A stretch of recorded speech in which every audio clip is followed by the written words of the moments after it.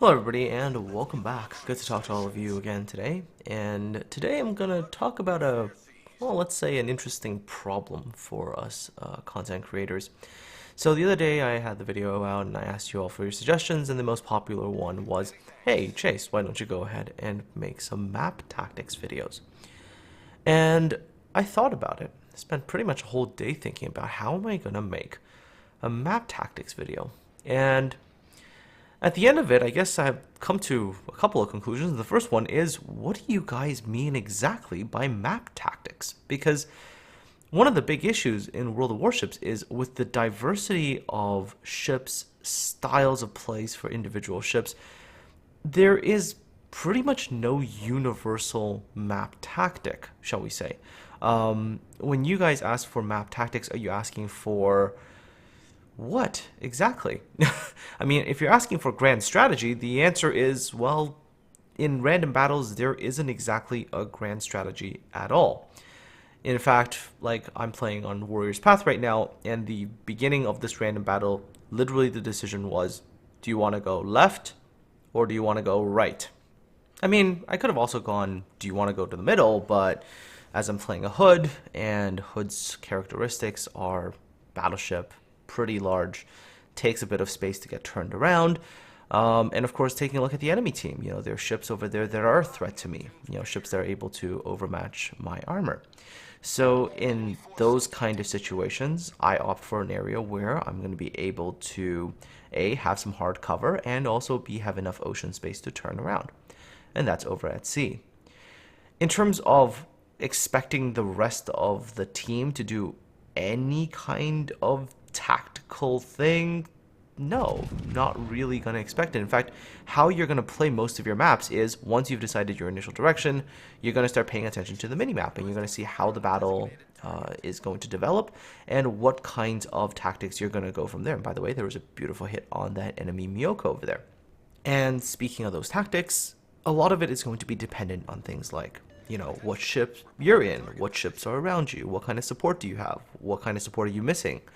Are you a kind of player who is going to be very good at being able to tank stuff? Do you make mistakes? Are you very situationally aware? All these factors will impact how you play a situation on the same map. And hell, in some situations, the way the battle goes is determined by some person on your team. I mean, yesterday I was playing a battle where I'd gotten 6 kills, my division mate had gotten 2, and our destroyer had gotten all the way around, and it was a German destroyer. And German destroyer gets on their cap, the enemy had 1 destroyer remaining, a Japanese destroyer, and now German destroyer didn't understand that he had guns. He just tried constantly to torp the enemy Japanese destroyer and got gunned down by that said Japanese destroyer, and we ended up losing that game. And I mean, like, there's not much map tactics there. So in a way, there's some real challenges, shall we say, to try to make a map tactics video that is suitable to most players who are playing random battles, because what a tactic, for a whole map essentially will be is, under idealized situations, what kinds of things can be done. And in that case, you're looking far more at things like clan battles and very, very formal structures and organizations and things like that. And again, the large majority of people don't really play those kinds of battles. The large majority of battles that get played in World of Warships are in random games. And so you can sort of see where the problem is now, I hope, that these particular types of videos have too much variability to the point where most content creators, myself included, well, we can't really figure out how to narrow the scope down to what I think some of you are expecting or maybe hoping for. And again, this is also why I'm saying, if you are out there and you do have, a specific idea as to how you want a video like this to be made, I mean, you can leave those comments in the comment section below, and maybe it can help me narrow down a scope so that I can, maybe approach these videos in, I guess, a better way. I don't know how to really explain that, because, like I said, I mean, I thought about this all day, and I was like, man, This is rough. It's a really, really rough topic. Now, as I've sort of explained the issue, for the rest of the video, I will try to, and again, this is going to be an attempt, right, rather than an actual full-blown thing. I'm going to attempt to, I guess, explain maybe why I do certain things, not in terms of just sheer gameplay, but maybe in the concept of the map. I'm not really sure, but we'll give it a go, right? And we'll see how that goes. So take a look at the overall situation on the map right now. You can see it from the mini-map. Well, enemy team is very clearly divided into two major groups. There's one group coming down the 9-10 line, one group that's coming down the 2-3 line. My team currently is holding the center cap. We have a Belfast in North Carolina there. And on the far side, our team is doing okay. Is maybe the best way to put it right now. Miyoko's at H1 though. He's a little bit far out of the action. We do have a Musashi holding H4. And, you know, we do have the cap, although we just lost the Edinburgh. That side is maybe still in a bit of a contested state.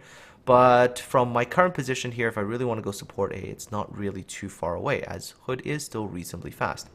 Now, I did mention that a large part of your strategy, shall we say, is going to be dependent on your understanding of your ship, what your ship is capable of, what your ship is not capable of, what the characteristics of your ship are.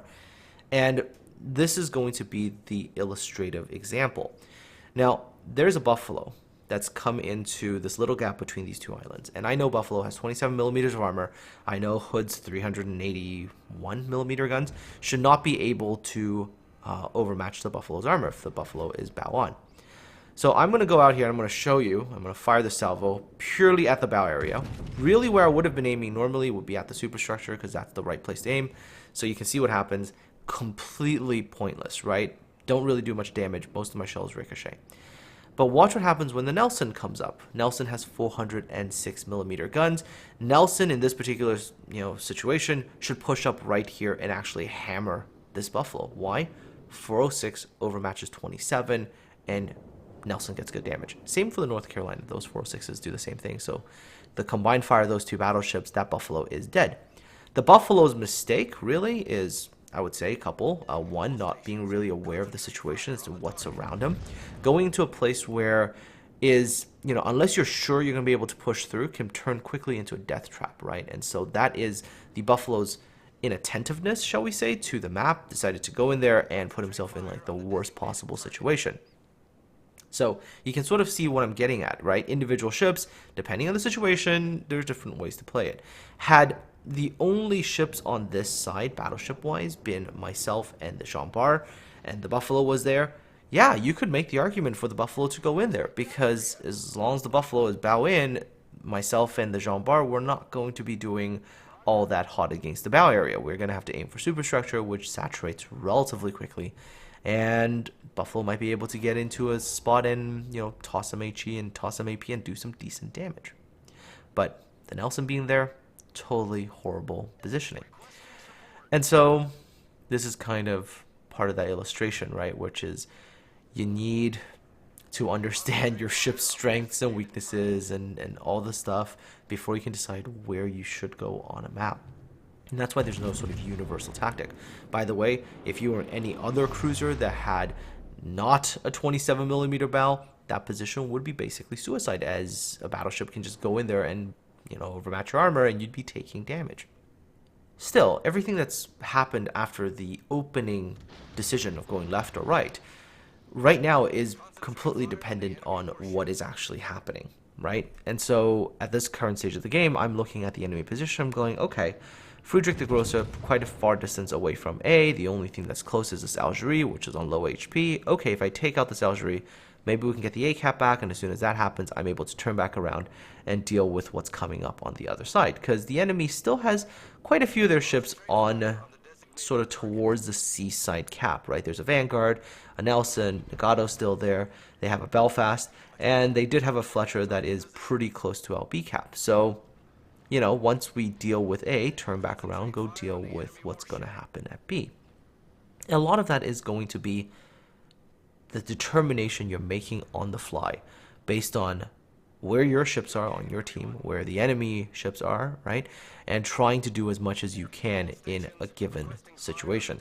And so the priority really is play your own ship well to the best of your ship's capabilities in terms of, you know, understanding where your ship could be used to the best effect, right? And again, that's knowing your role, right? Is your ship a pushing ship, a more of a kiting defensive ship?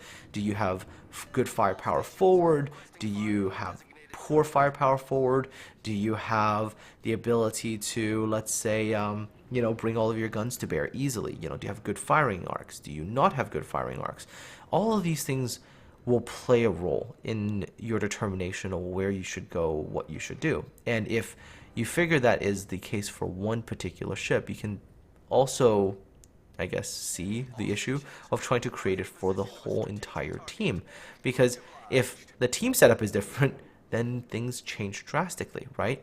If you are in a game with a carrier, that changes things a lot. If you're in a carrier game and the carrier knows what they're doing or does not know what they're doing, completely different effects, right? If your carrier is an amazing player and the enemy carrier is a complete potato, then, well, your probability of winning just goes like sky high, right? Regardless if your individual tactic is on par or not. It's one of those topics that sounds really amazing on paper, like, hey, you know, for every map there is a tactical correct way to play it. And then there is kind of the reality where with the number of ships, playstyles, and all these different things, there's not really a way to, I guess, fit it all into one video, if that's maybe the right way to say it. Furthermore, in a lot of sort of engagements against enemy ships, it's not so much grand tactical thought. It's a lot more, okay, what do I need to do right now? I need to angle, I need to try to get my guns out, I need to fire, I need to re-angle, I need to stay evasive. Those are things that you consider. Those are like very specific defensive, offensive actions rather than sort of tactics, right? In this particular situation against the Nelson, I know Nelson, okay, I can overmatch the bow armor, I can hit the above water citadel if he gives me a good enough angle, and I need to stay angled to him because he can potentially hurt me as well with his 406mm guns, especially at this kind of close distance. Okay, so fire my guns, get angled. Oh, okay, well, he got melted by everything else. Fantastic. What's the next ship? Okay, there's the Belfast. Belfast is a cruiser. Okay, I'm going to try to get a good shot when this Belfast is going to turn out here. Okay, he's turning. Give me more of a broadside. Okay. Alright, didn't hit the Citadel. Got 4 overpens. Alright, wait for the reload. Now try to stay as evasive as possible so that it's not easy for the Belfast to, let's say, land all of his HE shells on me every time he fires, right? Also getting some assistance from team as well. There's some HE shells flying towards the Belfast. Okay, I'm going to get my forward guns out. Oh, never mind. Seattle managed to get him. Alright, fantastic. Okay, so, now I'm going to come up on the flank of this Nagato. And again, see, like this particular part, my actions aren't really being driven by what's going on the map. Rather than it's like, where's the enemy? What kind of a position is that enemy in? Look, it's a broadside. I'm going to be able to come out right here on his broadside and hit him for probably good damage. And so, like, a lot of your decisions also get made like that instead of thinking overall large-scale map, I guess. Double Citadel, 4 penetrations. There's like 20-something thousand damage. That was good. Okay, Nagato can hurt me, so trying to stay a little bit angled, maybe a little bit more here. Yep, I'm going to try to get as good of an angle as possible, while also making it so that I myself am going to be able to re-engage him. Yeah, 6,000 damage, so most of those shells, no problem, dealt with. Okay, such close distances. 4 overpens, wow, glorious. And once again, repeat the defensive strategy, get angled again, right? At most, I'm paying attention to, you know, like sort of where the island's sticking out so I don't run myself aground. That's about it. Okay, once again, 4,000 damage. That was mitigated. All right, now you are so going down, Nagato. There you go. Bang. 3 penetrations. Okay, also didn't get a citadel there. Alright. And finally, there's the enemy Vanguard. Vanguard is running away. Vanguard is trying to, I guess, be as angled as possible while also getting his guns out. I'm going to wait for a reload. And hopefully I will be able to get some damage on. Vanguard does have that slightly vulnerable race citadel as well. So let's see here. Salvo out. And okay, yeah, so this is the last salvo of the game, I think, because I've actually slowed down the shells. It's going to be glorious.